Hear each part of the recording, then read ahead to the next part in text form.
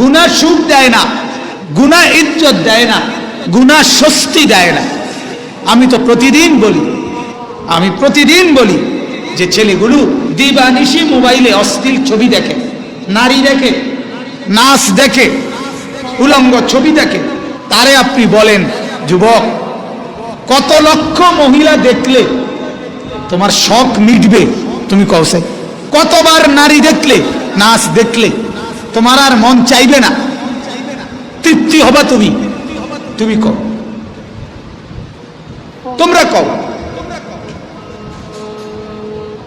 তোমরা বলো ভাই। গোটা পৃথিবীর যদি সমস্ত নারীকেও তুমি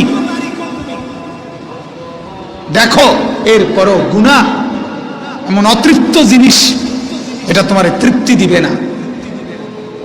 কিন্তু হালাল এবং পবিত্র স্ত্রী, এক স্বামীকে একজন নারী স্ত্রী যার নাম, সে তৃপ্তি দিয়ে দেয়, যেহেতু এটা হালাল, যেহেতু এটা আল্লাহ অনুমোদিত। এজন্য সুখ কোনোদিনও মিলবে না। আজকের এই মিনিট পর্যন্ত পৃথিবীতে কোন অবৈধ প্রেম করে সম্পর্ক সেটা টেকসই হইছে, সেটা টিকছে, সেটা সুখ আনছে, হয় নাই। যার কারণে প্রেমের চর্চা সবচেয়ে বেশি সিনেমায়, নাটকে, ওই জগতে, যার কারণে ভালোবাসার সবচেয়ে বেশি দুর্ভিক্ষ, হাহাকার তাদের মধ্যে। বুঝলেন না? যারা কিন্তু প্রেমের সবক দেয় বেশি, তারা ভালোবাসবেন কিভাবে, জড়াইয়া ধরবেন কিভাবে, মা বাপকে ফাঁকি দিবে কিভাবে, প্রেম করতে হয় কোথায় গিয়ে করতে হয়, প্রথম প্রেমে কি বলতে হয়, এই বেহায়াপনা, এই অসভ্যতা, ছেলে মেয়েকে কি বলবে, মেয়ে ছেলেকে কি বলবে, কিভাবে কি করবে, এই বেহায়াপনার প্রেম করা সবক দেয়, শিখায় প্রতিদিন। অথচ ওই জানোয়ারদের জীবনেই বেহায়াপনা যারা শিখায়, অশ্লীলতা যারা শিখায়, তাদের জীবনে সুখ বলতে কিচ্ছু নাই। এক একটা নারীর পুরুষ বদলাইছে কয়জন, তার হদিস নাই। পুরুষটা বেড়ি বদলাইছে কয়জন, তারও হদিস নেই। গুনাহ সুখ দেয় না, কোন গুনাহ কল্যাণ নয়। গুনাহ কি নয়?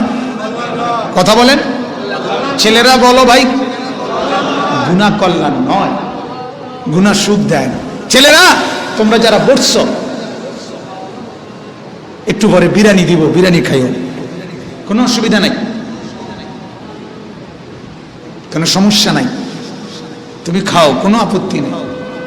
আমার কথা শুনো, যে আল্লাহর কসম, গুনাহ সুখ দেয় না, গুনাহ সুখ দেয়। তুমি দিবা নিশি গুনাহ করছো, কেউ মোবাইলের মধ্যে, কেউ রাস্তায়, কেউ হাটে বাজারে, কেউ গ্রামে মহল্লায়, সমাজে, পরিবারে, যে যত বেহায়াপনা করছে, এটা তাকে দুনিয়াতেই অসুস্থ, অক্ষম, ধ্বজভঙ্গ, দুর্বল, অপদার্থ, অকর্মণ্য, ঘৃণিত বানায় দিবে, কোনো সন্দেহ নেই।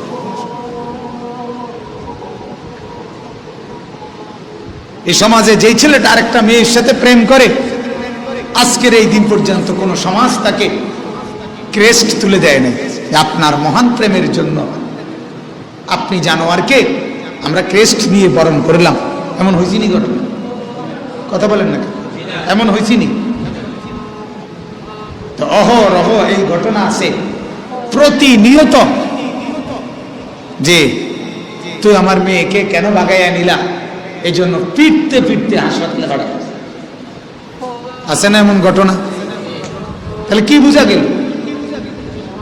তোমার এই অশ্লীলতার পিছনেই লাঞ্ছনা, তোমার এই বেহায়াপনার পিছনেই অভিশাপ।